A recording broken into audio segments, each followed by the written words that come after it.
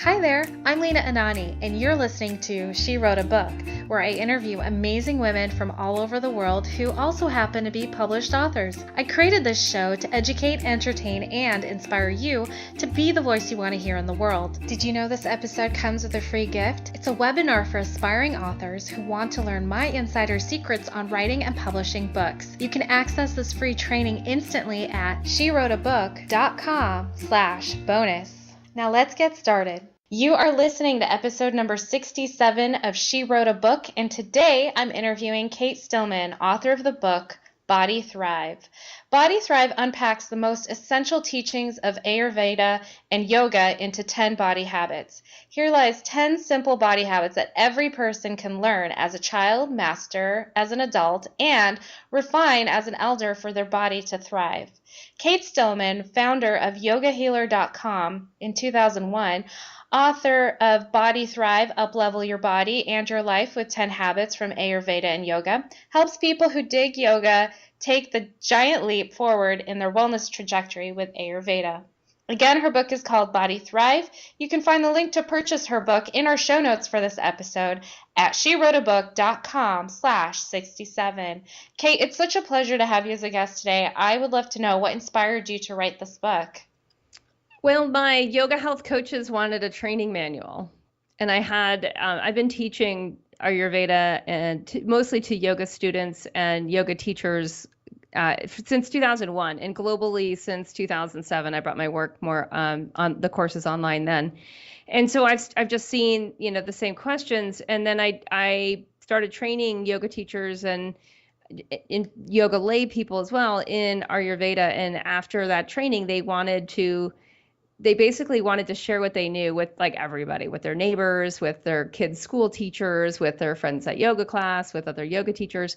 And so then I developed yoga health coaching, which is a training program based on Ayurveda. And when designing that program, I just basically discovered that if I broke Ayurveda down into 10 habits and included some behavioral science, like how do you actually get people to up-level their habits in real time, that we had a really effective program. And so we tested the program. We now have over 100 yoga health coaches around the world who teach groups of students these 10 habits about every quarter. So we've had this massive testing ground, and we've been able to refine the system. So as the system got more refined, basically it was like, oh, it's just going to be easier to write a book. So the yoga health coaches have a training manual, and so that any of their students and anyone who just really, it's like when you're ready to call your own bluff, when you're ready to up level your own health and that you know what to do, but you're not really doing it, then this is the book for you.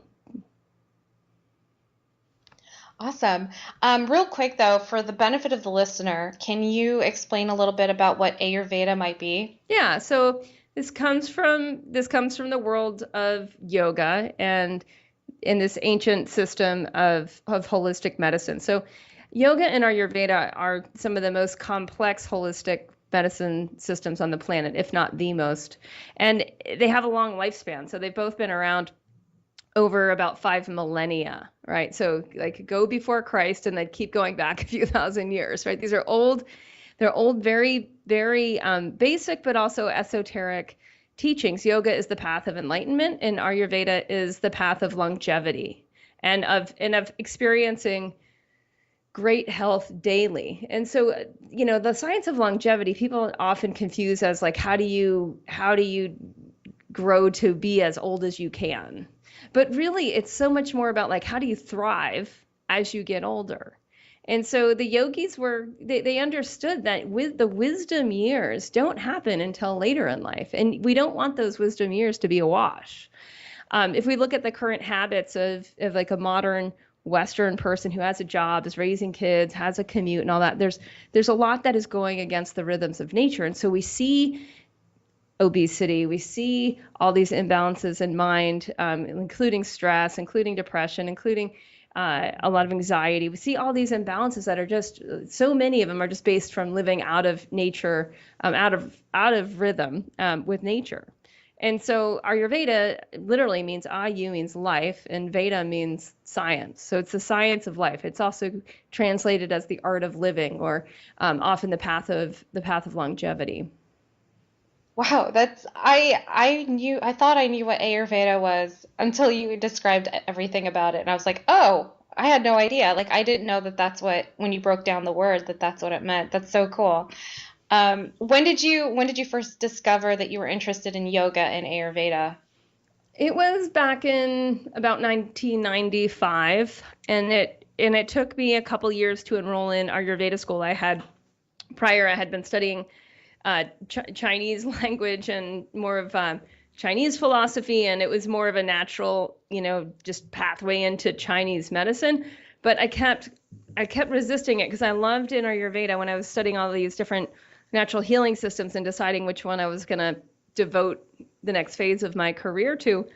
I kept running into how Ayurveda was based on natural rhythms, and it put responsibility fully on the client. And then the role of the physician or the practitioner or the educator was really just to help the client see themselves more clearly. And there was something to that. It was just so simple and so obvious. And a lot of my dharma or my life of purpose, which I had very strongly since I was a teenager, a lot of that just really lined up for me. Like I just was honestly just like wishing people would take more responsibility for their actions, for the state of their ecosystem, for the state of the planet. And so Ayurveda just really lined up for me then. And then I went into hardcore studies around 1997, 98, and then have sort of continued on the way, both as a student and as a teacher. Wow, that's incredible. So I liked what you said about, just getting people to take more responsibility. It sounds like it's a healing method that empowers the person to really take control of their situation. Is that what your book is about? Is it a book that empowers the reader to take what they learn and actually do something with it? Exactly. It's based on, as far as we know, and whatever our belief systems are, right? The only thing we're really sure of is that you get one body, like one, singular, like one body, and the parts they wear out and they can get injured and they can sustain, they can sustain a lot of trauma. There's so much that we can do to optimize our health, honestly, like regardless of our age. I've seen people, like there's people in my courses who are in their 70s and they're like, I didn't feel this good 20 years ago.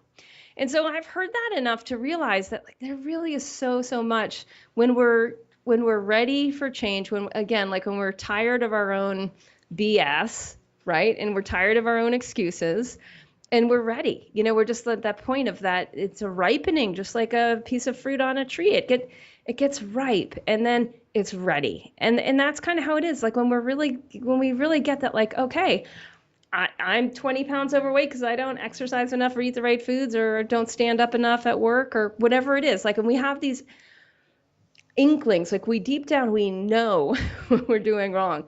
But what we might not know is like, what is the quickest and easiest path to change? And so this book is based on, having worked with clients, literally thousands and thousands of clients over um, some clients over a decade. And what I've seen is like, wow, a lot of change does not need to be that hard. So much of it is just changing habits. And the ways to change habits aren't that obvious to a lot of people. So if we can combine which rhythms we want, build habits around those rhythms, and then go from where we are, just, slowly and steadily to where we want to be, it's a pretty easy recipe for success. And I just want to share, Lena, too. It's been funny. I just got the index back from the indexer, and there's been so many proofreaders. I mean, you know what it's like to write a book. There's just a lot of people are involved, something I hadn't anticipated in the beginning. And what's been so amazingly cool is that it's changed the lives of the people that have been engaged in it from a work perspective. Like they're not coming to me for the material. They're coming to me for work, and they read the book and it's changing their families. And I've heard from 2 editors and 2 proofreaders and now an indexer, like, wow, this book has really impacted what I'm doing every day. That's incredible. That is so cool to hear that. I know I had a, I can relate to that experience, but that is, I think that is like the best compliment when you've hired someone to, or someone is hired to review your book and, they can honestly say that what they took away from your book actually helped them. That's awesome. So I've had so many questions. I totally lost them. Sorry about that.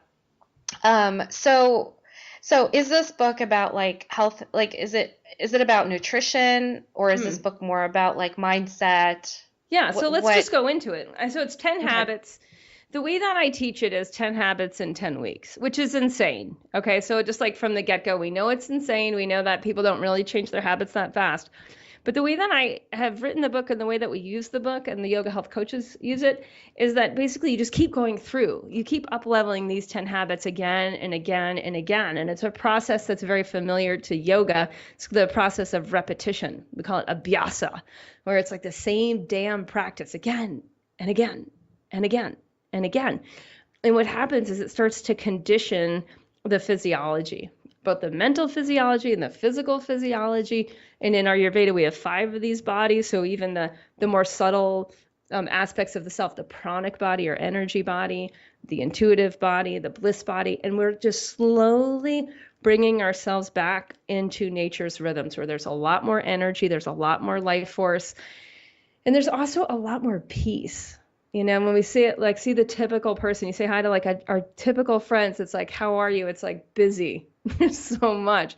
And it's not, you don't hear this like, how are you? Peaceful. You know, it just doesn't come up. It's not prevalent in culture today. But as we get more aligned, there's both an energy on one hand and there's this deep peacefulness on the other. And so the habits are really simple. Earlier, lighter dinner, early to bed. Start the day right, which includes waking up, hydrating, eliminating, having complete bowel movement elimination, right? Complete evacuation, doing a gratitude practice or something to expand your awareness out of the I, me, my. And then breath body practices, get the prana flowing, get your energy moving. And it doesn't have to be for long, but it has to happen preferably before you eat. So you empty out and then you bring in pure life force energy.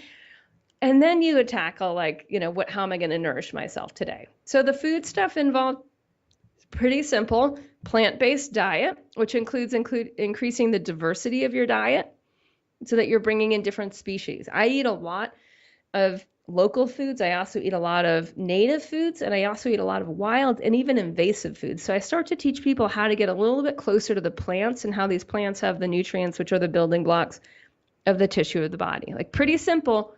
But when we talk about plant-based diet from a Body Thrive perspective, we're actually talking about connecting more with plants as well. So our consciousness starts to shift. Our inner ecosystem of our body gets more connected to our outer ecosystem of where our food comes from. And then there's healthier eating guidelines, which have a lot to do with basically the deep science of Ayurveda and disease prevention and how related that is to digestion and absorption and elimination.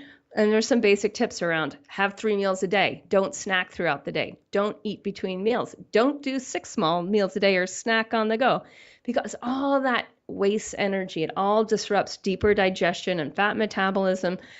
These key factors that can flip the switch between experiencing stress and experiencing ease or burning your deeper fat metabolism.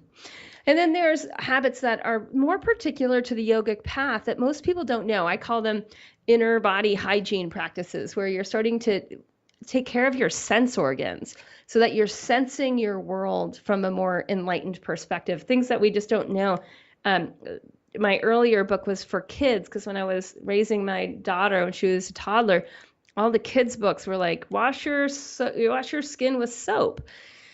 So especially for kids and for old people, like their skin isn't, our skin is alive, right? Our skin has basically like good microbacteria in it that protect our ecosystem of our whole even lymphatic system. So in yoga tradition, you rub your skin with oil instead of with soap. And yeah, if like you're stinky and dirty, like use a little bit of soap, but then rub your skin with oil because it starts to protect the natural ecosystem of your skin. And there's different practices around eye care, around ear care, around tongue care, where you scrape your tongue instead of just not doing anything with your tongue, which in Western hygiene, we don't have any tongue-related practices.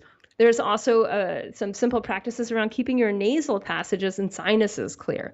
So all those are taught in part of the sense organ care as a habit, like how to integrate these very simple 10-second practices into your habits. And then, of course, sitting in silence is one, AKA meditation. And then another one is actually, it is mindset, and it's choosing ease over stress, right? So we actually know now, both from yoga and Ayurveda and other holistic mind-body modalities, but we also now know from Western medicine that our perception is a choice. So we can perceive, like right now, if you just like take a deep breath and allow all the space in the world for everything to be as it is, that your perspective shifts. And when your perspective shifts, what's happening in your biochemistry also shifts, and your body can go from a stress response to a relaxation response just simply through shifting your perspective. And so that is a habit. We teach that as an actual habit. How can you train yourself into an easeful perspective?